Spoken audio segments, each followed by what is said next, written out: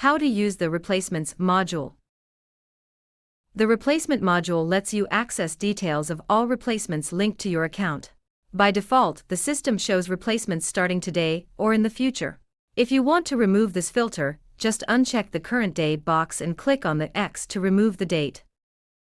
You will then see all the replacements related to your account. On this page, you can view details like the start and end date and time of the offer, the establishment's name, the notification reception date and time, the name of the employee to replace if applicable, the specialty, and the targeted clientele, if applicable. By clicking on the pencil icon in the last column, you can access the replacement details. The bubble icon allows you to add a comment on a completed replacement.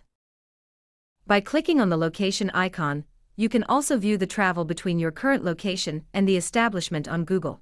The last icon informs you that this offer contains several time frames. Then, you have the unique replacement number. Lastly, you have the status of the replacement offers in this column. If needed, you can filter replacements by establishment, status, date, and more when you click on the Filters button. Thank you for trusting Scalego.